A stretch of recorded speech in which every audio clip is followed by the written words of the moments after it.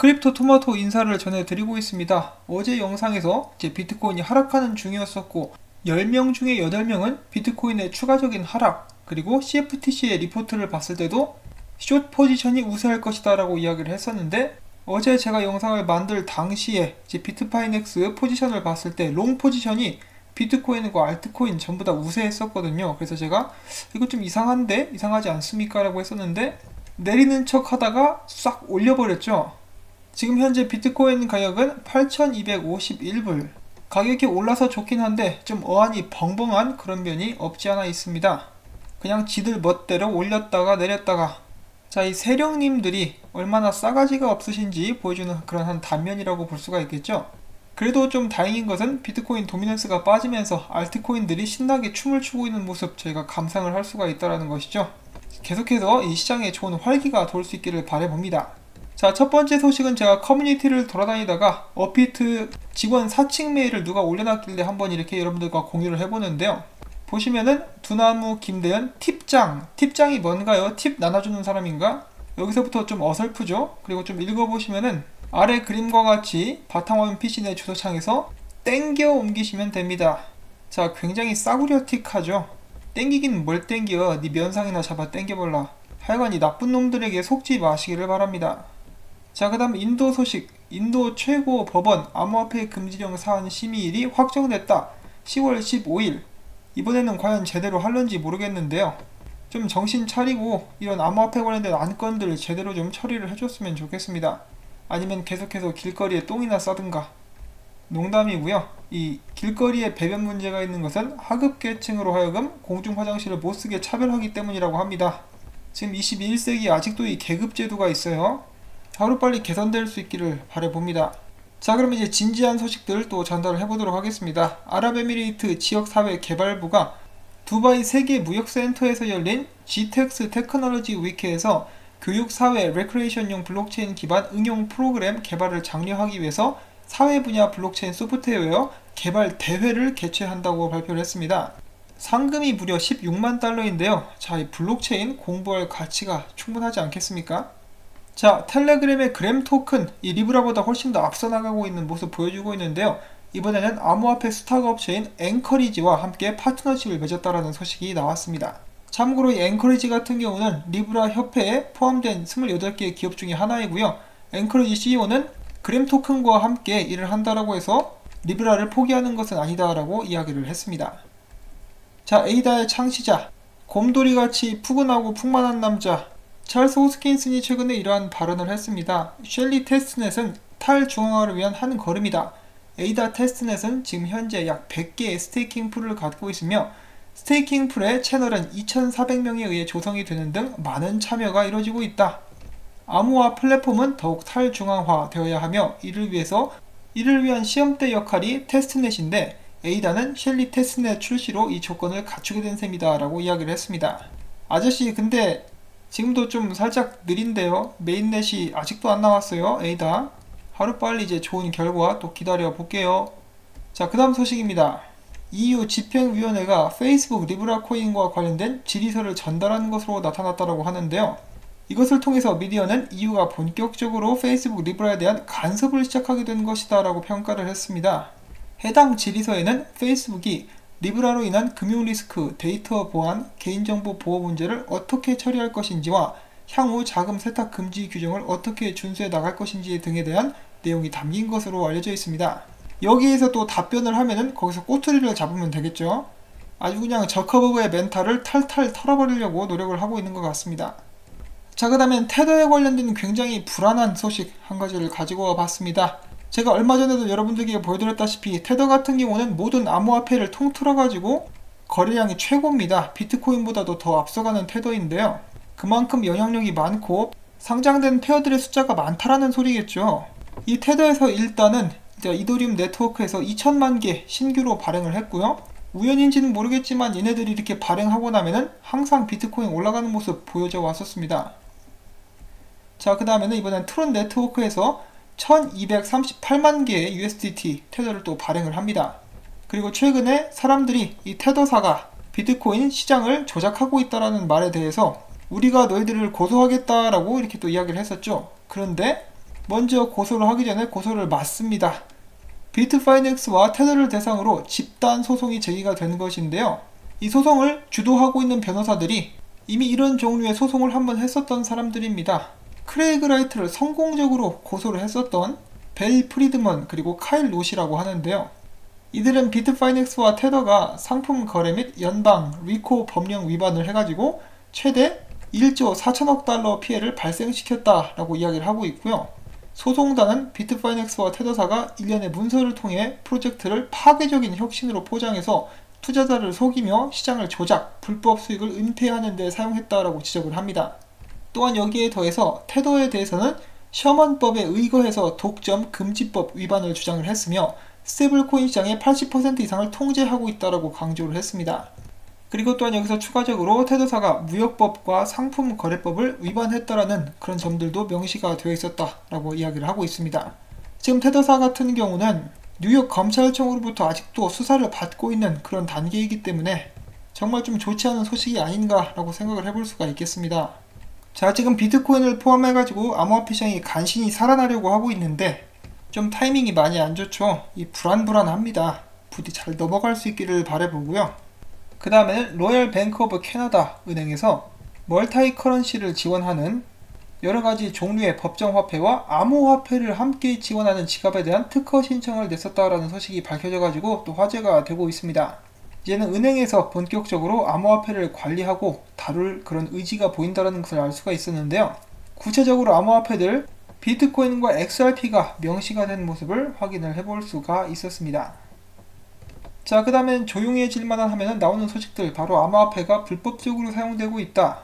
최근 미국에서는 전 이라크 미국 통역관인 알라 모하메드 알라워가 다크넷을 이용해서 펜타닐, 이 마약이죠, 이것을 판매하는 혐의로 가석방될 가능성이 없는 30년형을 선고받았다라고 합니다. 한국 같았으면 초범이세요? 그냥 집에 가세요, 봐드릴게, 뭐 이런 식으로 최근에 진행이 되고 있죠. 정말 뭐 같긴 한데, 자, 아무튼 다시 한번 본론으로 돌아와가지고 이러한 것들을 또 이제 빌미 삼아가지고 언론에서는 이 암호화폐가 범죄에 쓰여지는 것에 대해서 다시 한번 트집을 잡고 있다라고 합니다. 이 암호화폐는 불법 마약의 구입과 판매 방식을 근본적으로 변화를 시켰는데, 여기에서 코인의 익명성과 사적인 디지털 결제 방식이 문제가 된다는 것입니다. 자, 그런데 이런 이 사람들의 말과 달리 블록체인 분석 스타트업체인 엘립틱에 의하면은 비트코인 전체의 거래량의 2%만이 불법 거래에 악용된다라고 합니다. 일각에서 비트코인 등 암호화폐의 대규모 도입이 자금 세탁이나 기타 불법 행위를 야기한다고 주장하지만은 이는 일부 소수 반대자들의 의견일 뿐이다 라고 이야기를 합니다. 자, 그리고 비트코인 같은 경우는 추적이 되죠. 그리고 언젠가는 이 모네로도 추적이 되는 시스템이 나올 수 있게 될 것이라고 저는 생각을 합니다. 비트코인도 처음 나왔을 때는 추적이 안 됐어요. 근데 기술이 발달하면서 추적이 가능하게 된 것이죠. 자, 아무튼 뭐가 나왔든 나쁘게 사용할 사람들은 항상 나쁘게 사용합니다.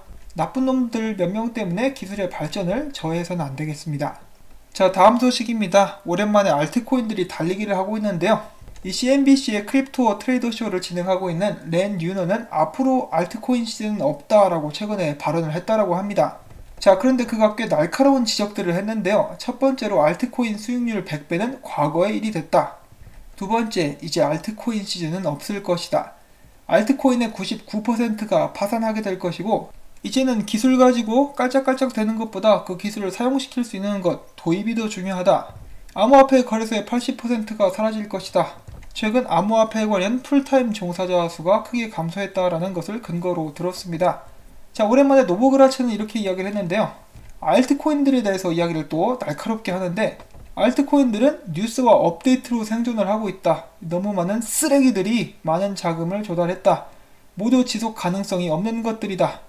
이들은 수많은 프로토콜과 생태계를 만들어서 사람들을 끌어모으고 투기 자산으로 자리 잡았다. 알트코인들이 실패하는 이유, 사람들을 자신의 생태계로 끌어들이기 위해서 어떠한 기능도 발휘하고 있지 못하다.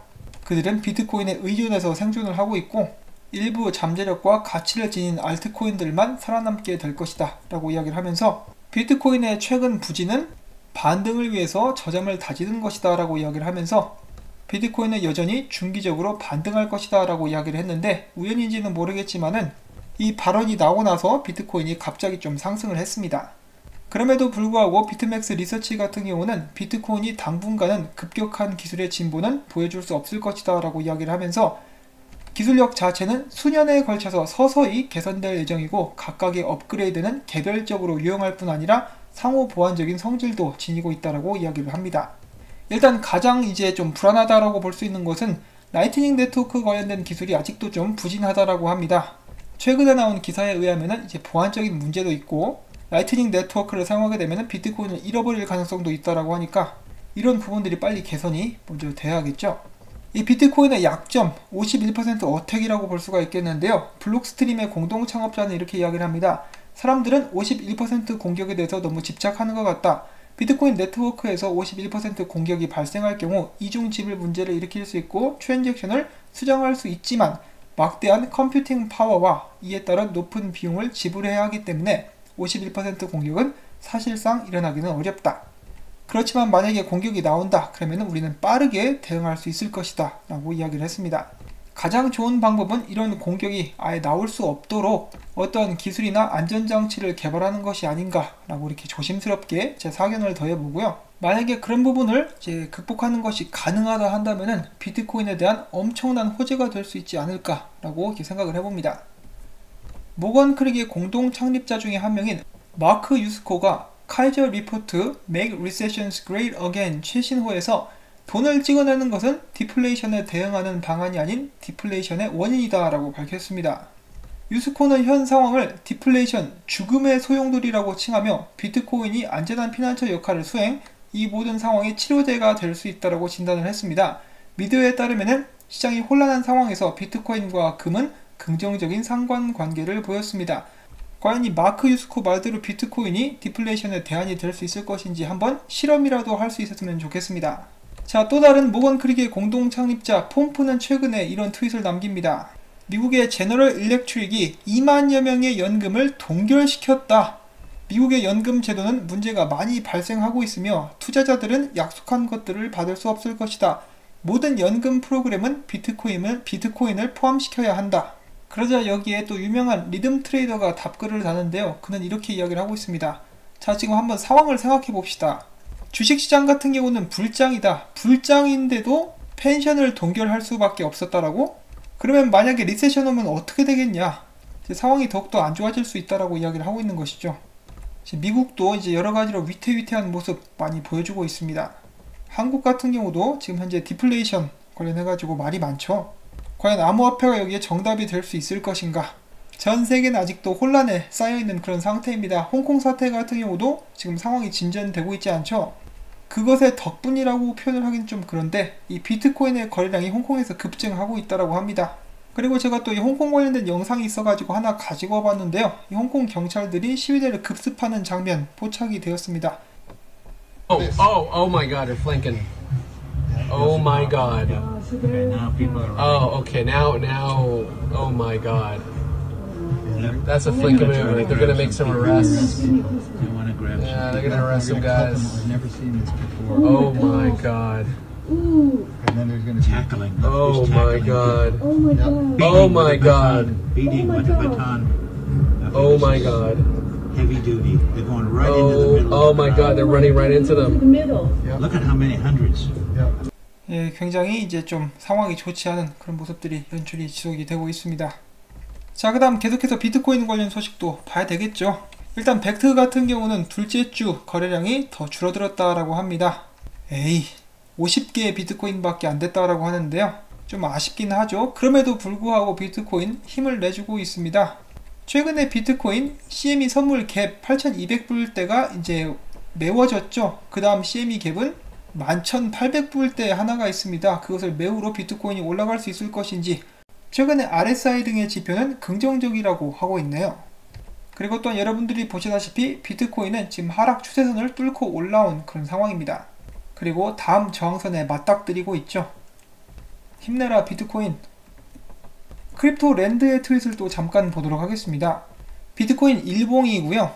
보시면은 하락 핸들을 감싸는 engulfing 패턴이라고 하고 있죠. 이제 굉장히 불리시한 그런 패턴으로 알려져 있습니다. 지금 현재 연출이 아주 잘 되고 있고요.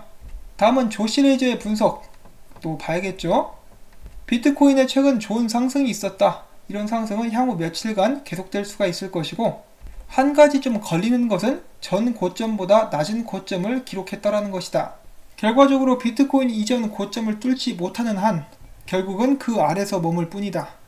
이제는 직전 고점 가격대를 보니까 이 비트코인 한 8,600불 정도, 500불 정도가 되는 것 같죠? 이 이상을 뚫어줘야만 지속적인 상승을 제가 기대를 해볼 수가 있겠고, 아니면은 결국은 횡보를 하든 아래로 가든 하게 될 것 같습니다.